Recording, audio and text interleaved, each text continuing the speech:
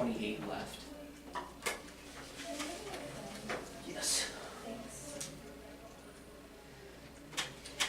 I'm going to speak from here with seriousness of that stand here. That's fair.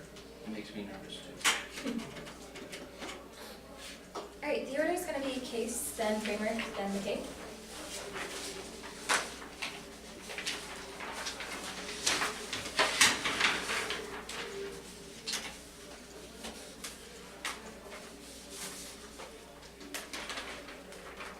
Alright, is anybody not ready? Okay, I might actually show this where it's gotten to be kind of loud out there.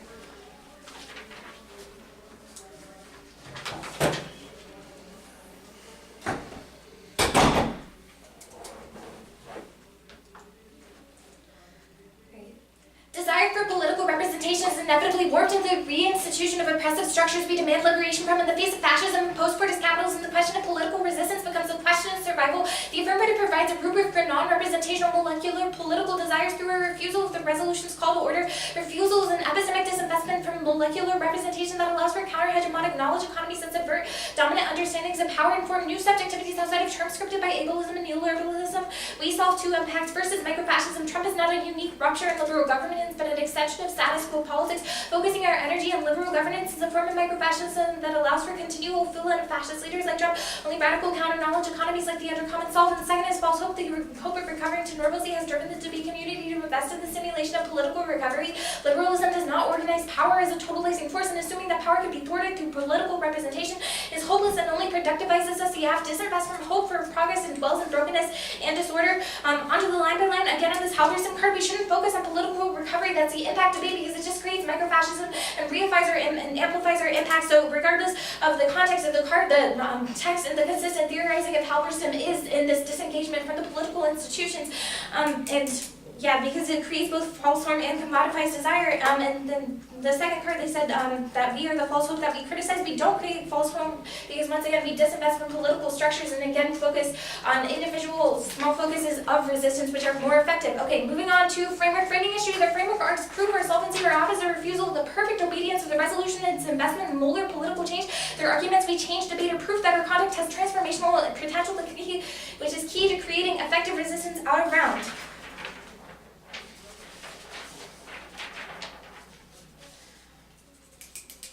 And so the framework debate is entirely centered on the benefits of the MEC debate. If we can prove that our impacts outweigh topic education, then you go ahead and vote F right here. Our counterinterpretation is that the affirmative should defend a method of resistance to surveillance, and our counterinterpretation solves stasis and ensures that either teams get existing surveillance policies good or existing approaches to surveillance policy good, both of which can be predicted under the resolution. All of your executive power good is often, and again, the particular MEC debate that they try to pose as a disadvantage to this links back to our microfascism impact, because of the investment in political institutions. The idea that political institutions can save us is just reifying this neoliberalism, which makes more Trumps inevitable, which makes fascism inevitable, because it proves that we're only going to continually invest in a hope which can never occur, and they have no methods or counter arguments that prove that this investment in the mechanism is inherently a waste of our time and not as valuable as the education just providing effective forms of resistance.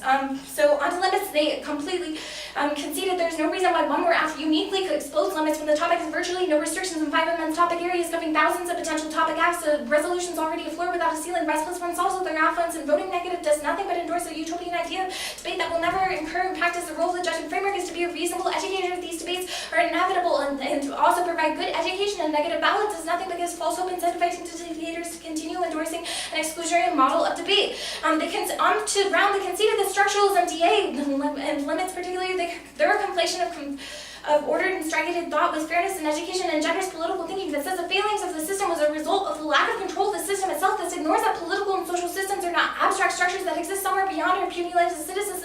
All social and political institutions are massive desiring machines in which each of us is a smaller cog that becomes manifest through an infinitely expansive web of complex relationships that determine our political realities.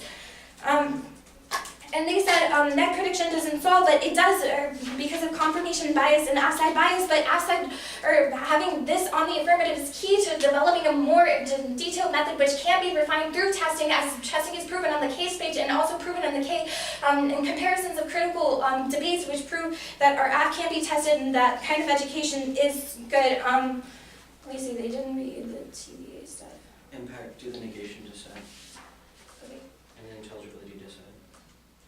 Yeah, the negation is that saying everything you disagree with should be a neg argument traps all otherwise epistemologies into permanent negation, which is exactly what we're critiquing and testing. The intelligibility, the point of the F is to refuse a call to the order, submitting resolutional testing of opens the app up to co-option, neoliberal commodifications like the TVA, and conceded non-unique every argument they make on case except for framework are testing us, which proves that the app can be tested and why it is, and they haven't disproven why our method is better, our education is better, and education, the function of molar thinking is to lend structure to that which is chaotic and deterritorialized. If we win our education arguments, this line of thinking is fascistic in nature and means you should throw out their procedural impacts, prefer molecular representation. They continually say that procedural impacts outweigh, but that's not true because the impacts are inherently predicated in the kinds of education that we produce in the debate space. The only thing that leads to debate is debaters. Debate is more than just a game. Their examples prove a competitive, they conceded the ordering onto fairness. They considered the ordering DA faith in the value of fairness as a result of the normalization of the ideology of discipline wherein all is made ordered, neat, balanced, and comfortable. The comfortability and try to quo violence, non-conformity to the app ruptures comfort and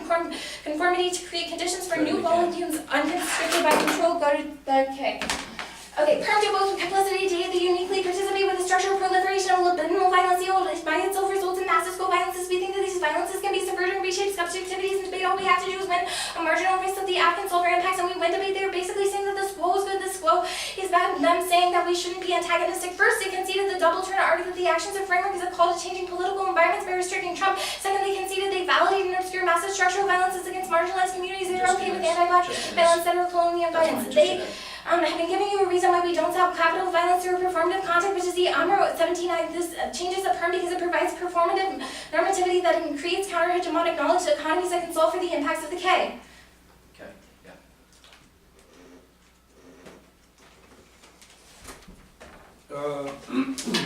We got 6:51.